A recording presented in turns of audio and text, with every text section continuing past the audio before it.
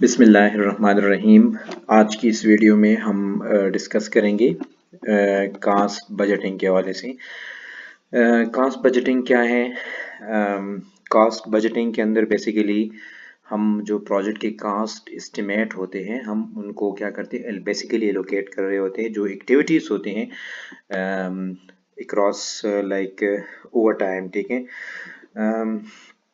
जो भी हमने कास्ट एस्टिमेट अभी तक फाइंड आउट की हैं उन कास्ट एस्टिमेट को बेसिकली हम हमारे पास जितनी भी एक्टिविटीज़ होती है ओवर टाइम, यानी जितनी मुख्तलिफ टाइम स्पेंस पे हम उनको वो मुख्तलिफ एक्टिविटीज़ को वो कास्ट एस्टिमेट एलोकेट करते, तो इसको हम कहते हैं कास्ट बजटिंग, ठीक है।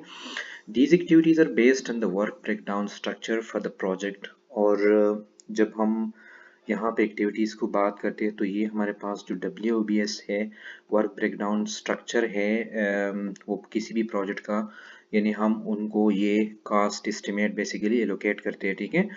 The WBS therefore is required input to the cost budgeting process। तो इसलिए हमारे पास जो इनपुट है इस कास्ट बजटिंग प्रोसेस के अंदर ये हमारे पास वर्क ब्रेकडाउन स्ट्रक्चर है, ठीक है।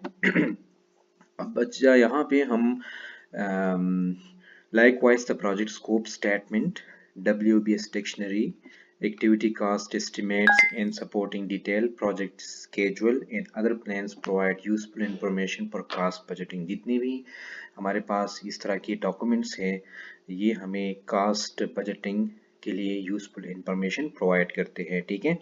अच्छा, जब हम कास्ट बजटिंग की बात करते हैं तो कास्ट बजटिंग का जो मेन गोल है, जो मेन ऑब्जेक्टिव है वो क्या है? वो ये है कि is to produce a cost baseline, ठीक है, कि एक कास्ट बेस लाइन को प्रोड्यूस किया जाए, ठीक है। कास्ट बेस लाइन क्या है? A cost baseline is a time based budget that project manager use to measure and monitor cost performance, ठीक है।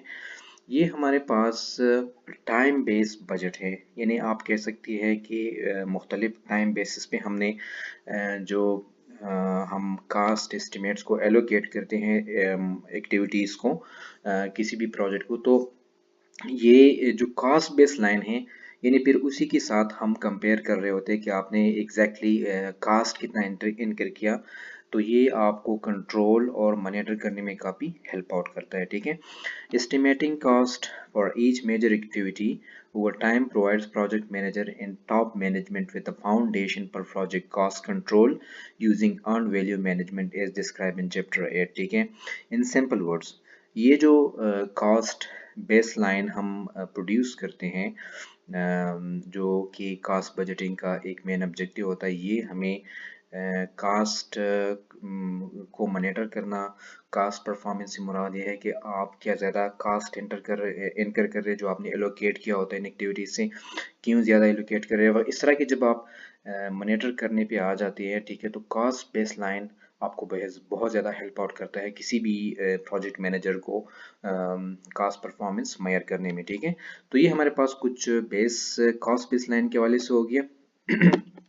अब हम ये सैम्पल कास्ट बेस लाइन की बात करते हैं कि रियलिटी में एक कास्ट बेस लाइन किस तरह होता है। तो अगर आप इस टेबल को देखें, नीचे अगर आप इस टेबल को देखें, ठीक है, हमने ऊपर इन चीज़ों को का जिक्र किया हुआ है ऑलरेडी।